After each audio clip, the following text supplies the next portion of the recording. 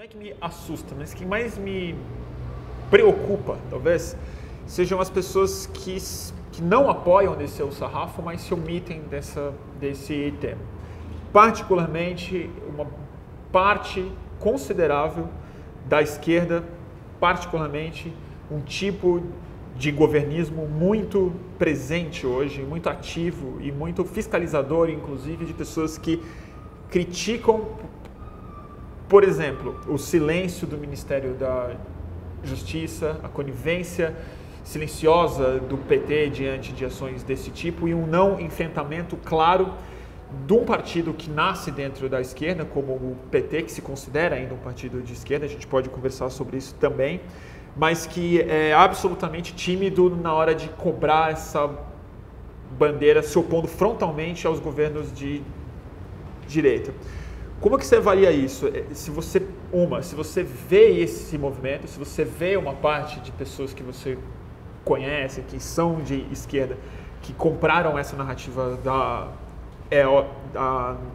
narrativa da ordem, e como que isso pode pesar numa eleição, no fundo? Qual é esse cálculo que eles fazem? Eu gostaria que isso pesasse na eleição, que as pessoas pensassem nisso, porque isso é uma coisa gravíssima.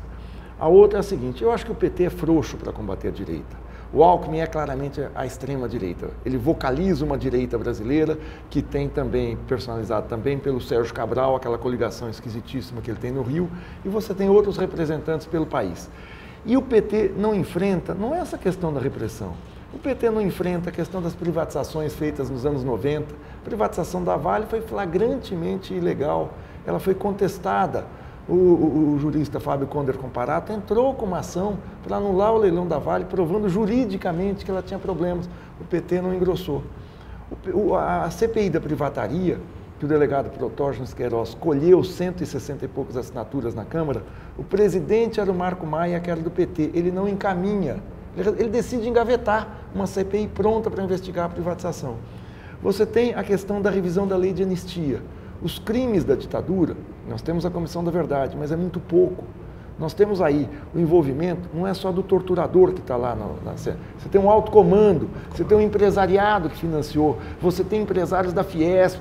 Aliás, é uma pergunta boa que eu quero fazer para o seu Paulo Scaff, é quando é que vai haver uma Comissão da Verdade na Fiesp para ver a caixinha que eles fizeram para financiar a Operação Bandeirante, que é aquele grande arcabouço, aquela grande articulação da tortura de empresários para dar dinheiro para o aparato repressivo. Muito conhecido, né? Muito conhecido. Então, se você vai recuando aqui, você recua ali, você compõe com Sarney, você compõe com Jader Barbalho, você vai recuando, você chega na hora que tem uma repressão na praça, é uma coisa a mais. Como se fala em Bauru, eu sou de Bauru, é um plus a mais. É um plus a mais, acabou, tudo bem, está na conta. Né? Então, isso é muito preocupante mesmo. Mas qual é esse cálculo que é feito? Você atribui a quê? Ao que se diz mesmo, que é manter a governabilidade? Você precisa fazer um pacto conservador, como eu o Singer acho mesmo que esse colocou? pacto conservador se esgotou. Nós tivemos aí um período de crescimento econômico no Brasil, a alta das commodities, a alta da soja, a alta da carne, a alta dos produtos agrícolas, e que o Brasil é vendedor, é um dos principais produtores de metais, e que exportou isso, e a China entrou comprando, e isso gerou, não só no Brasil, mas em toda a América Latina, um curto ciclo de prosperidade, em que você, para melhorar a vida dos mais pobres, você melhorou muito mais dos mais ricos, você tinha cobertor para todo mundo. Agora que chegou a crise, o cobertor ficou curto. Você tem que fazer escolhas. Para eu favorecer o pobre, o salário mínimo, eu vou ter que tirar do topo, do andar de cima. Isso o PT não quer fazer. E essa governabilidade está dentro disso. A governabilidade é assim, vai ter cobertor para todo mundo. Tem quando o país está crescendo. Então, essa governabilidade é que faz com que você não descontente o Alckmin, que você contemporize com esse tipo de repressão. Ou seja, está dentro do... Mas também não é um cálculo eleitoral, eu digo assim, apostando num conservadorismo da população que vai te entender como uma esquerda perigosa? Quando a presidenta recua da posição sobre a descriminalização do aborto, ou quando não entra nas questões da descriminalização da maconha, fazendo cálculo eleitoral, né? Eu tenho uma base evangélica no Congresso, eu tenho que contentar essa base, eu tenho uma base do Sarney, não sei aonde, eu tenho que contentar ele, você vai fazendo concessões, para você ter tempo de televisão nas eleições e ter esse tempo eleitoral. No caso do Alckmin, tinha uma questão a mais, tinha a Copa em São Paulo, então eu não vou mexer com o Alckmin na época da Copa, não vou criticar a polícia dele, estou dizendo, se fosse criticar, porque tem a Copa, ele pode abrir mão da polícia, pode fazer corpo mole e a abertura da Copa ficar comprometida. Isso acontece mesmo em São Paulo, né? Isso acontece, eles fazem isso. Agora, o que eu acho, Bruno, que tem um dado a mais, você tem uma escalada da direita, você tem uma escalada repressiva, você tem uma escalada da intolerância. Agora, se a gente for achar que só existe a escalada, a gente não vai ver que nós temos do outro lado, do lado de cá, ganhos importantes. Você tem tremendas conquistas do movimento nas cotas nas universidades, das pessoas irem para a rua protestar, dizerem que querem mais, dos movimentos sociais se colocarem desde junho na rua, e existe uma reação. Então, nós também, não é que nós estamos provocando isso, mas eu estou dizendo, nós estamos nos fortalecendo e eles estão intolerantes com isso. Nós estamos dizendo o seguinte, não basta ter Bolsa Família, não basta ter salário mínimo, não basta ter crediário. Eu quero mais, eu quero serviço público, eu quero melhorar a vida, para isso eu estou indo para a rua.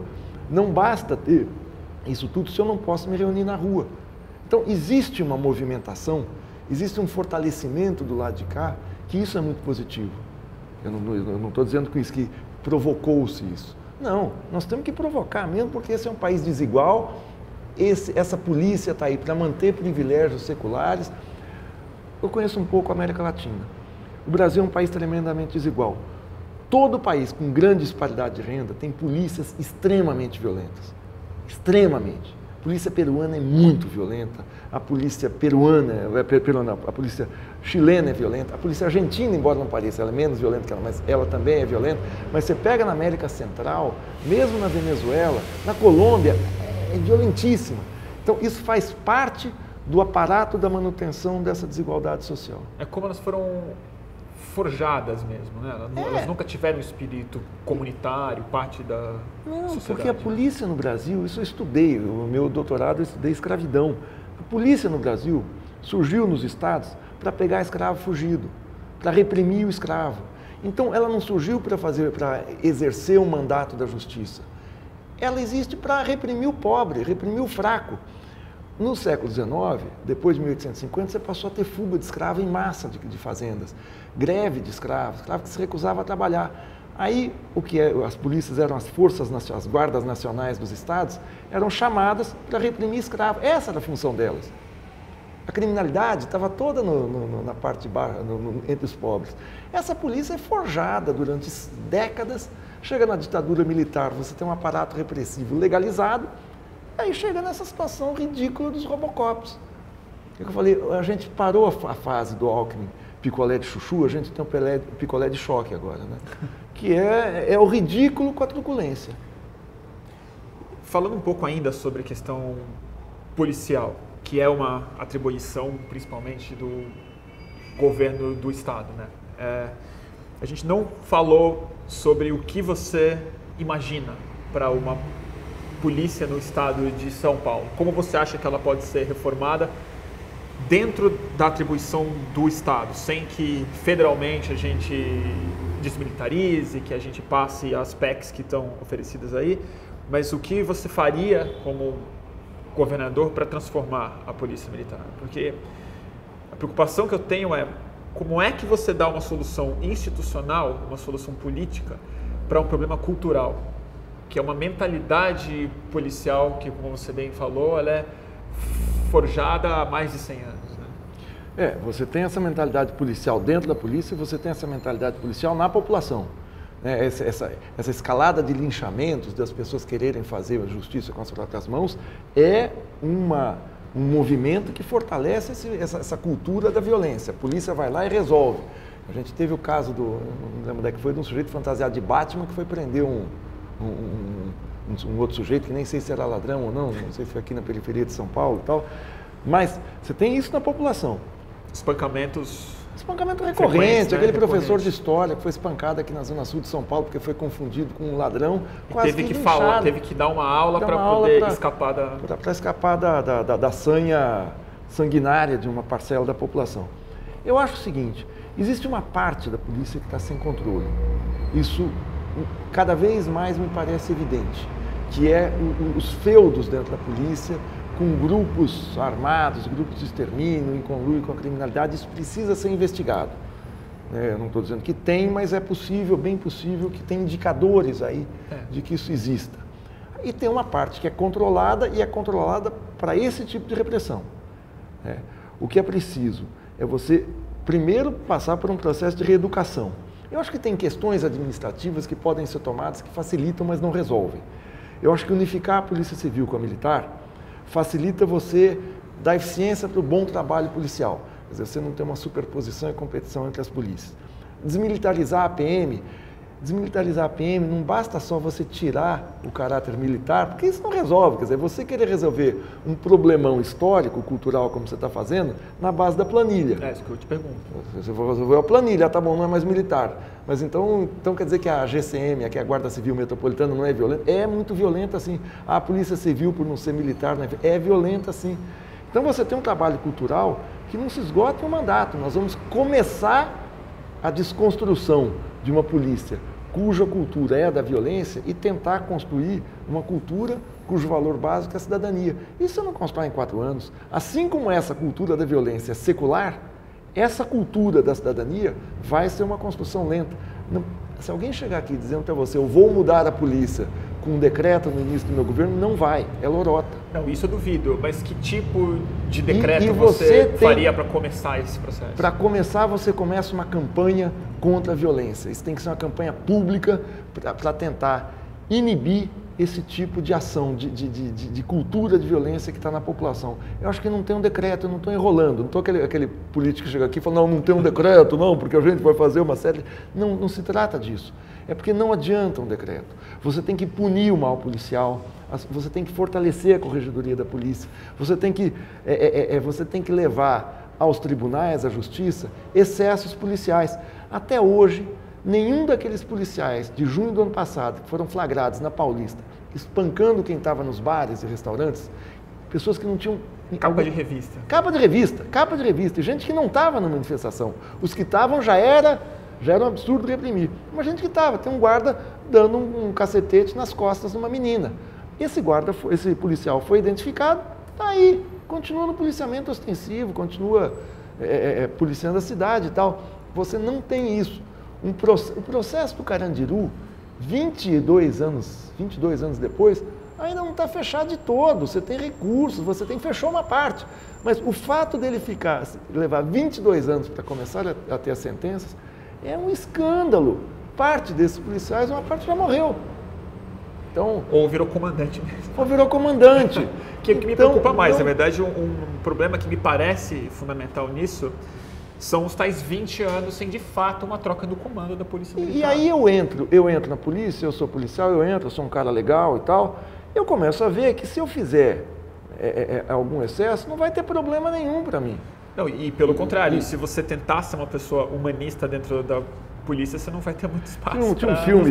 Tem um filme dos anos 70 chamado Sérpico, com Al Pacino, um filme de 72. Esse filme devia voltar a ser passado em todos os lugares. Era a polícia de Nova York em 72, extremamente violenta e corrupta. E aí entra esse policial, Sérpico, era o sobrenome dele, ele quer ser honesto. Ele é marginalizado, colocado na geladeira, transferido para uma delegacia distante e tal, vai comer o pão que o diabo amassou. Esse me parece que 42 anos depois ainda é o retrato não só da polícia de Nova York, é o retrato da polícia mundial. Então você tem que ter um tipo de educação ampla que não vai ser com decreto. Olha, se você estava querendo um decreto, eu não consigo. Eu acho que entender um pouco mais nós temos que ter uma campanha pesada, uma campanha e punição para os excessos. Essa punição tem que ter. E você tem que ter uma justiça que não seja seletiva, né? A justiça não pode ser a gente continuar tendo aquela história de que quem vai para a cadeia é pobre, preto e puta no Brasil, né? É quem está mais vulnerável na sociedade né? Esse PPP, eu não me refiro assim às pessoas, mas isso é o jargão que se fala, inclusive os policiais falam, né? Preto, pobre e puto. Não tem que ter isso. As pessoas, todas elas são cidadãs e não podem ir para a cadeia. O Milor Fernandes tem uma frase genial. O Milor falava o seguinte, quando ele dizia que as condições das cadeias eram muito ruins, ele falava, mas é porque se colocar uma gente mais educada, mais alinhada, com melhor renda na cadeia, a cadeia vai melhorar. Mas dentro da cadeia, não é fora, é dentro da cadeia. Então... Mudando um pouco de assunto, falamos de polícia, queria falar um pouco sobre as eleições de fato, né? Eu entrevistei o Safatli, a saída dele, sua entrada na chapa causou um grande reboliço. O Safatli, não só ao fluxo, mas em muitas oportunidades, deu a versão dele dos fatos. Queria que você me falasse como foi o processo em que você se tornou o candidato ao governo do Estado pelo PSOL. Deixa eu te falar o seguinte.